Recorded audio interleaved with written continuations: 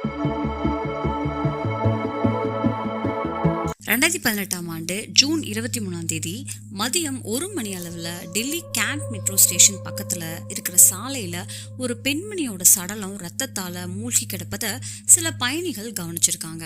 சம்பவம் நடந்த இடம் இந்திய ராணுவ முகாம் பக்கத்தில் இருக்கிறனால இது மிகப்பெரிய பரபரப்பை ஏற்படுத்தியிருக்கு. தகவல் கிடைத்த உடனே டெல்லி போலீசார் சம்பவ இடத்திற்கு போயிருக்காங்க. தொடக்கத்திலேயே இந்த கொலையை ஒரு சாதாரண விபத்து அப்படின்னு போலீசார் கருதுறாங்க. முதல்ல அவங்க இத ஹிட் அண்ட் ரன் வழக்கா விசாரிக்க தொடங்கியிருக்காங்க.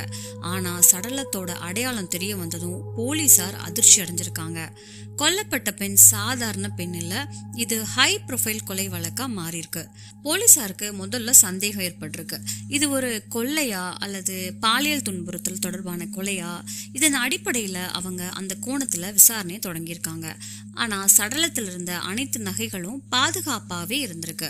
அதே போலவே பாலியல் வன்முறை நடந்த எந்த தடயங்களும் இல்ல அப்படின்னு போரன்சிக் குழு உறுதிப்படுத்தியிருக்கு.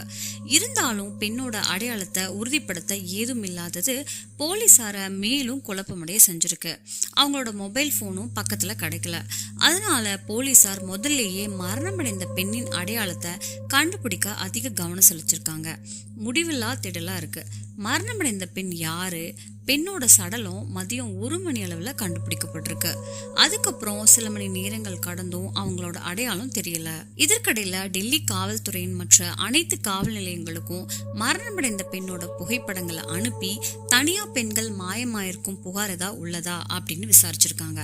ஆனா எங்கும் இதற்கான தகவல் கிடைக்கவே இல்லை. அந்த நேரம் வரைக்கும் இந்த வழக்கு ஒரு மர்மமா தான் இருந்திருக்கு.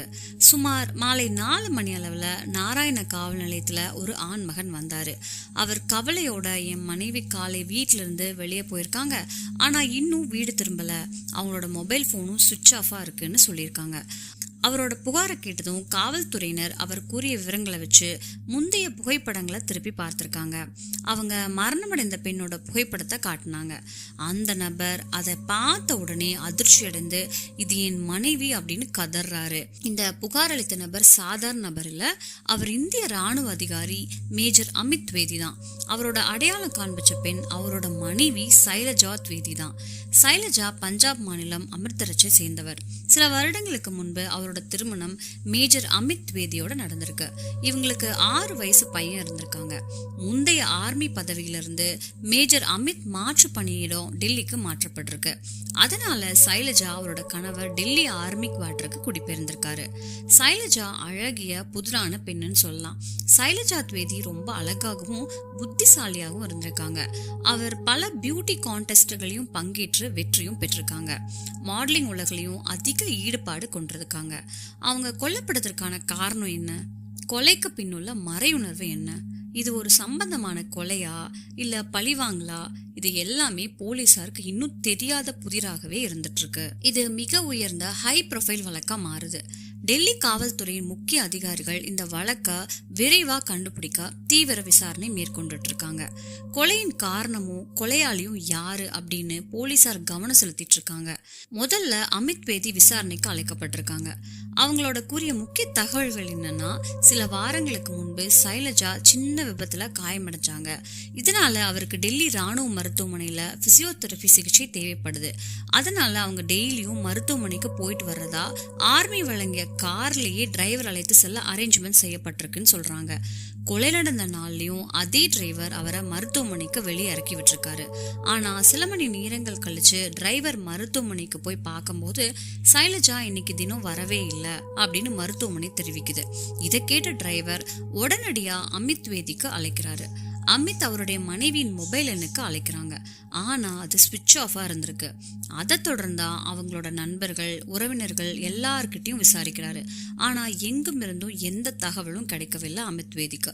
அதுல பதற்றமடைந்த அமித் நேரடியா நாராயண காவல் நிலையத்திற்கு போய் புகார் அளிச்சிருக்காரு. அங்க போலீசார் முன்னதா கண்டுபிடிக்கப்பட்ட பெண்ணின் புகைப்படத்தை தான் காட்டியிருக்காங்க. அதை பார்த்த உடனே தான் அமித் அதிர்ச்சி அடைஞ்சு அதுதான் அவரோட மனைவின்னு உறுதிப்படுத்துறாரு. போலீசாருக்கு ஒரே பதற்றம். கொலையாளி யாரு? இப்போது போலீசாருக்கு 2 முக்கிய கேள்விகள் இருந்திருக்கு. இந்த பெண்மணி யாரு கொலை செஞ்சிருக்காங்க? இந்த கொலை எதற்காக நடந்தது? போலீசார் அமித் வேதி கிட்ட கேட்ட முக்கியமான கேள்வி, உங்களுக்கு யாராவது கிட்ட சந்தேகம் இருக்கா அப்படின்னு. அமித் ஒருவரோட பெயரை சொல்றாரு. அந்த பெயரை கேட்டதும் காவல்துறை அதிகாரிகள் இன்னும் அதிர்ச்சி அடைகிறாங்க. அவர் சந்தேகித்த நபர் இந்திய ராணுவ அதிகாரி மேஜர் நிக்கில் ராய் ஹாண்டா அப்படின்னு சொல்றாரு. போலீசார் நிக்கில் ஹாண்டாவை பற்றி தகவலை திரட்டுறாங்க உடனடியா. அதன் மூலம் கண்டுபிடிக்கப்பட்ட உண்மை என்னன்னா, மேஜர் நிக்கில் ஹாண்டா இந்திய ராணுவத்துல பணியாற்றியிருக்காரு. அவரு அந்த டைம்ல மீரட் ராணுவ முகாம்ல பணியாற்றிட்டு இருந்திருக்காரு. இத உறுதிப்படுத்திய போலீசார் மருத்துவமனைக்கு பக்கத்துல இருந்த சிசிடிவி கேமரா காட்சிகளை ஆய்வு செய்ய தொடங்கியிருக்காங்க. சைலஜா மருத்துவமனைக்கு போயிருக்காங்களா, இல்ல அங்க ஏதாவது பாதியிலேயே திசை மாற்றப்பட்டிருக்காங்களா, கொலை நடந்த இடம் வரைக்கும் அவங்க எப்படி போனாங்க? சில மணி நேரங்களுக்கு அப்புறம் போலீசார் மருத்துவமனைக்கு வெளியே உள்ள சிசிடிவி காட்சிகளை ஆய்வு செஞ்சாங்க. அதுல ஒரு முக்கியமான காட்சி அவர் பார்வைக்கு வந்தது. சைலஜா துவேதி மருத்துவமனைக்கு வந்ததும் அவங்க கார்ல இருந்து இறங்கியிருக்காங்க. அதே நேரத்துல எதிர்ப்புறத்துல இருந்து ஒரு வெள்ளை நிற ஹோண்டா சிட்டி கார் வருது.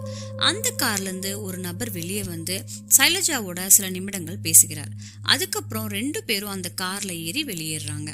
போலீசார் அந்த நபரை அடையாளம் காண அதிர்ச்சியா அவர் வேற யாரும் இல்ல, மேஜர் நிக்கில் ஹாண்டா தான். அப்போ மேஜர் நிக்கில் ஹாண்டா தான் குற்றவாளியா? சைலஜா துவேதியோட உடல் மீட்கப்பட்ட நேரத்திற்கு சில மணி நேரங்களுக்கு முன்னதா நிக்கில் ஹாண்டாவும் சைலஜா துவேதி 2 பேரும் மொபைல் லொகேஷன் ஒரே இடத்துல தான் இருந்திருக்கு. அதே போல 2018 ஜூன் 23ஆம் தேதி காலை 10 மணிலிருந்து மதியம் 12 மணி வரைக்கும் 2 பேரும் ஒருவருக்கொருவரா பல முறை அழைப்புகள்ல பேசியிருப்பது கண்டுபிடிக்கப்பட்டிருக்கு. இந்த முக்கியமான ஆதாரங்களை வச்சு அடுத்த நாள் 24ஆம் தேதி ஜூன் 2018ஆம் ஆண்டு டெல்லி போலீசாரின் 6 சிறப்பு குழுக்கள் அமைக்கப்பட்டிருக்கு. அவங்கள நிக்கில் ஹாண்டாவை விரைவா கைது செய்ய அனுப்பியிருக்காங்க. போலீசார் பல்வேறு இடங்கள்ல ரெய்டு நடத்தியிருக்காங்க. ஆனா நிக்கில் ஹாண்டா எந்த இடத்திலும் கிடைக்கல. நிக்கில் ஹாண்டாவோட பணியிடம் மீரட் ராணுவ முகாம்ல இருந்ததால டெல்லி மீரட்டுக்கு இடையே செல்லும் சாலைகள்ல உள்ள சிசிடிவி காட்சிகளையும் போலீசார் பரிசோதனை செஞ்சிருக்காங்க.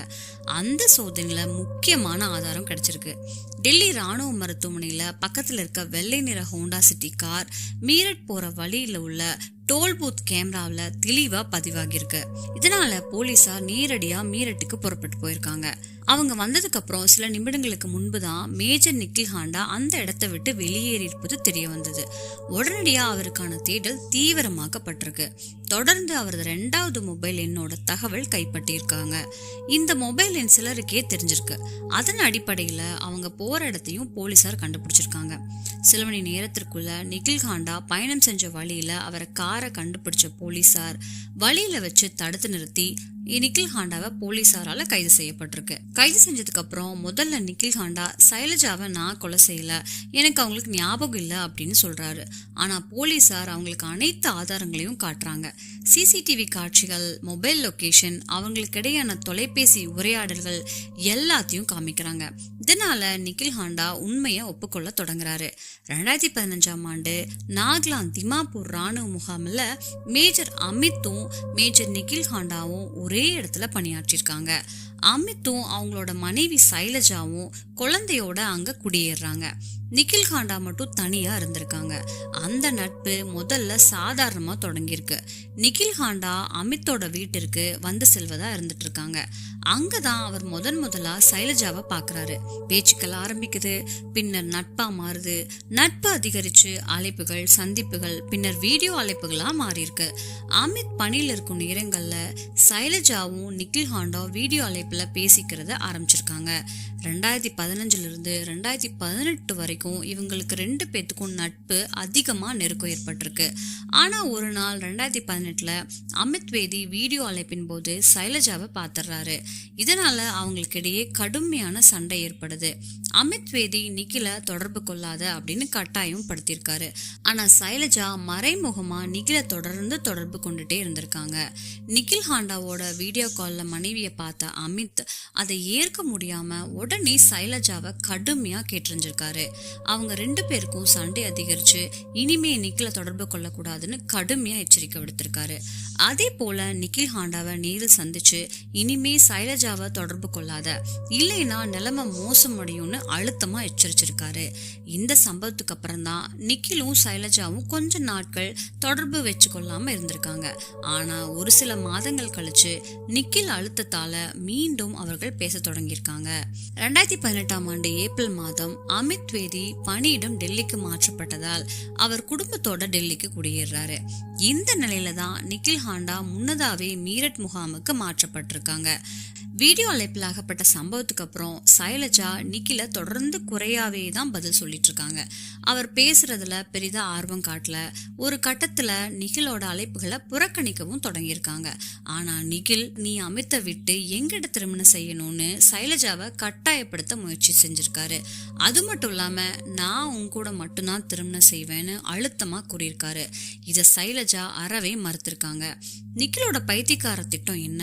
ஜூன் மாசத்துல சைலஜா ஒரு சிறிய விபத்துல காயமடைஞ்சனால அவர் டெல்லி ராணுவ மருத்துவமனையில பிசியோதெரபி சிகிச்சை எடுத்துட்டு இருக்காங்க. இத தெரிஞ்சு கொண்ட நிக்கில் தனக்கும் மைக்ரேன் பிரச்சனை இருப்பதா சொல்லி அதே மருத்துவமனையில போறாரு. ஆனா அது பலிக்கல. சைலஜா அவரை சந்திக்க மறுத்து விட்டதால் அவர் மருத்துவமனை விட்டு போயிட்டாரு. அதுக்கப்புறம் நிக்கில் ஒரு புதிய திட்டம் போடுறாரு. அவரோட மகனை நோயாளியா காட்டி அதே மருத்துவமனையில அனுமதிக்கிறாரு. இது மூலமா அவரும் அங்க இருப்பதற்கான அனுமதி கிடைக்குது. மகனை நோயாளியா வச்சு சைலஜாவை மறுபடியும் சந்திக்க முயற்சி செய்யறாரு. இது சில முறை வெற்றி அடைஞ்சிருக்கு. சில சந்திப்புகளுக்கு அப்புறம் சைலஜா மறுபடியும் நிக்கிலோட அழைப்பை ஏற்க தொடங்கியிருக்காங்க. 2018 ஜூன் 23 சைலஜா வழக்கம் போல மருத்துவமனைக்கு போறாங்க. ஆனா அவர் மருத்துவமனைக்குள்ள போவே இல்லை. அவருக்கு வெளியே நிக்க சொல்லி நிக்கில் தனது ஹோண்டா சிட்டி கார்ல வந்திருக்காரு. அவங்க வந்ததும் சைலஜா கார்ல ஏறி 2 பேரும் அந்த இடத்த விட்டு வெளியேறாங்க. சில கிலோமீட்டருக்கு அப்புறம் நிக்கில் ஹாண்டா காரை நிறுத்துறாரு. அங்கு மறுபடியும் திருமணத்திற்காக சைலஜாவை கட்டாயப்படுத்துறாரு. நிக்கிலோட வெறி இப்ப ரொம்பவுமே அதிகரிச்சிருக்கு. நிக்கில் என்ன பண்ணிருக்காருன்னா, உடனே நிக்கிலோட மனைவிக்கு அழைப்பு கொடுத்து, நான் டைவர்ஸ் வாங்க போறேன் உங்ககிட்ட இருந்து, நான் எனக்கு வேற ஒரு திருமணம் செய்ய போறேன்னு சொல்றாரு. இதை கேட்ட சைலஜா, நீ வேற எதை வேணாலும் செய்யலாம், ஆனா நான் என் கணவரை மட்டும் விட்டுட்டு வரமாட்டேன்னு உறுதியா சொல்றாங்க. இதனால காருக்குள்ள வாக்குவாதம் பயங்கரமா ஏற்பட்டிருக்கு. சைலஜா, நீ என் நண்பர் மட்டும்தான், நம்மிடையே வேற எதுவும் இல்ல, நீ என்ன மறுபடியும் தொந்தரவு செய்யாத, அப்படி நீ தொந்தரவு செஞ்சீன்னா ராணுவத்துக்கிட்ட புகார் அளிப்பேன்னு சொல்லியிருக்காங்க, நீதிமன்றத்திலேயே உன் வாழ்க்கை அழியும் அப்படின்னு பதில் சொல்லியிருக்காங்க. இதை கேட்ட நிக்கில் இன்னும் வெறி பிடிச்சு, நீ எனக்கு இல்லைன்னா யாருக்கும் கிடைக்க கூடாதுன்னு ஒரு திட்டம் போடுறாரு. நிக்கில் உடனே சைலஜாவோட கழுத்தை பிடிச்சு கத்தி எடுத்து கழுத்துல குத்த தொடங்குறாரு. சைலஜா விலக முயற்சி செஞ்சிருக்காங்க. ஆனா காருக்குள்ள இருந்ததால தப்பிக்க முடியல. அவங்க ரத்தம் கசிஞ்சு உயிரிழந்திருக்காங்க. நிக்கில் சைலஜாவோட உடலை என்ன செய்வதுன்னு தெரியாம திகைக்கிறாரு. அவர் கொலையை மறைக்க ஒரு திட்டம் போடுறாரு. உடலை நேரடியா வீசி விட்டு காரை திருப்பி மறுபடியும் சடலத்தில் மீதை ஏற்றி இது ஒரு விபத்தா, அதாவது ஆக்சிடென்டா காமிக்கணும்னு முடிவு செய்யறாரு. கழுத்து அறுக்கப்பட்டதற்கான தடயங்களை அழிக்க முகத்தை மறுபடியும் அடிச்சு அடையாளம் தெரியாத அளவுக்கு மாத்துறாரு. மொபைல் எடுத்துட்டு போய் குப்பை தொட்டியில வீசிட்டு வந்துடுறாரு. முதல்ல வீட்டுக்கு போனோன்னே நீச்சல் குளத்துல நீச்சல் செய்து உடல்ல இருந்த ரத்த கரைகள் எல்லாம் கழுவுறாரு. அதுக்கப்புறம் மறுபடியும் வாகனத்தை எடுத்துட்டு கொலை நடந்த மருத்துவமனைக்கு பக்கத்துல எப்படி இருக்கு சூழ்நிலைன்னு மதிப்பீடு செய்யறாரு. எதுவும் சந்தேகம் இல்லை அப்படின்னு நினைச்சதுக்கு அப்புறம் அங்கிருந்து விலகுறாரு. ஆனா கொலையாளியோட முக்கியமான ஆதாரம் கார்ல இருந்த ரத்த கரைகள். கார்ல டயர்கள் எல்லாமே உள்ள அம்சங்கள் முழுவதுமா ரத்தத்தால அழுக்காகிருக்கு. இது விரைவா தொடைக்கணும் அப்படின்னு முடிவு செய்யறாரு. ஆனா டெல்லியில காரை சுத்தம் செஞ்சா போலீசாருக்கு பிடிபட்டுடுவேன்னு பயந்துட்டு மீரட்டுக்கு காரை ஓட்டிட்டு போறாரு. நிக்கில் கருதியது போல காரை அழிச்சிட்டு மறைச்சு விடலான்னு நினைச்சிருக்காரு. ஆனா போலீசாரோட வேகமான செயல்பாட்டால அவர் விரைவிலேயே பிடிபட்டாரு. கைது செஞ்சதுக்கு அப்புறம் நிக்கில 14 நாட்கள் போலீசார் காவல்ல வைக்க நீதிமன்றம் உத்தரவிட்டிருக்கு. இந்த நேரத்திற்குள்ளேயே போலீசார் ஆதாரங்களை தரிச்சாரு. முதல்ல நிக்கில் பயன்படுத்திய கார்ல இருந்து 2 கத்திகள் பறிமுதல் செய்யப்பட்டிருக்கு. இதில் ஒன்ன வச்சுதான் சைலஜாவோட கழுத்தை அறுத்திருக்காருன்னு உறுதியா தெரிய வந்திருக்கு. மொபைல் கால்ல வரலாற்றை ஆராய்ந்த போது 352 முறை நிக்கிலும் சைலஜாவும் ஒருவருக்கொருவர் அழைச்சிருப்பது தெரிய வந்திருக்கு. கொலை நடந்த நாள்ல மட்டும் காலை 10 மணிலிருந்து 12 மணி வரைக்கும் தொடர்ச்சியா அழைப்புகள் இருந்திருக்கு. கொலை நடந்ததும் சைலஜாவோட மொபைல் மாயமாயிருக்கு. இதுக்கப்புறம் போலீசார் ஒரு குழு வச்சு கண்டுபிடிச்சிருக்காங்க. இதுக்கப்புறம் தான் நிக்கில் தான் அந்த மொபைலை அழிச்சிருக்காரு அப்படின்னு உறுதியா இருக்கு. அதாவது நிக்கில் கொலைய திட்டமிட்டிருக்காரா இல்ல திடீர் இது வெறி செயலா?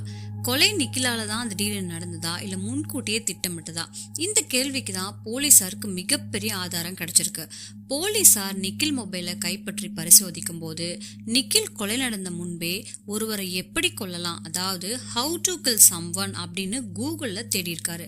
கொலை செஞ்சதுக்கு அப்புறம் ஆதாரங்களை எப்படி அளிப்பது, அதாவது ஹவு டு எரேஸ் எவிடன்ஸ் அப்படின்னு இணையதளத்துல கண்டுபிடிக்கப்பட்டிருக்கு. நிக்கில் ஹாண்டா யூடியூப்ல கூட கொலையை எப்படி திட்டமிடுவது அப்படின்னு வீடியோக்களை பார்த்திருந்திருக்காரு. இதனாலதான் இது முன்கூட்டியே திட்டமிட்ட கொலை அப்படின்னு உறுதியா சொல்லியிருக்காங்க. ராணுவ அதிகாரி அப்படின்னு பதவி இருந்தும் நிக்கில் ஹாண்டா ரெட்டை முகத்தோட வாழ்ந்தவர் அப்படின்னு போலீசார் கண்டுபிடிச்சிருக்காரு. அவர் 2 மொபைல் போன்களை பயன்படுத்தியிருக்காரு. ஒன்னுல உண்மையான பெயர் ராணுவ அதிகாரியோட தன்மை, இன்னொன்னுல போலியான பெயர் மிகப்பெரிய தொழிலதிபர் அப்படின்னு காட்சி அமைக்கப்பட்டிருக்கு. அந்த போலி அடையாளத்தை வச்சு பல பெண்களை ஏமாற்றி இருக்காரு. கொலை நடந்த நாள்ல கூட 2 பெண்களோட தொடர்புல இருந்திருக்காரு. அந்த இரவுல பல மணி நேரம் அவர்களுடைய பேசிட்டு இருந்திருக்காரு. தற்போது நிகில் ஹாண்டா சிறையில் உள்ளார். வழக்கு நீதிமன்றத்துல தொடர்கின்றது. அவருக்கு கொலைக்கு தீவிர தண்டனை வழங்கப்படும் அப்படின்னு எதிர்பார்க்கப்பட்டிருந்திருக்கு. இதே போன்ற உண்மையான குற்ற சம்பவங்களை நீங்கள் தொடர்ந்து அறிய விரும்பினால் நமது சேனலை சப்ஸ்கிரைப் செய்யவும், பக்கத்தில் இருக்கும் பெல் ஐகான் அழுத்தி புதுப்பிக்கப்பட்ட கதைகளின் தகவல்களை உடனடியாக பெறுங்கள். அடுத்த அசைவூட்டும் உண்மை குற்ற கதையில் உங்களை சந்திக்கிறேன். நன்றி.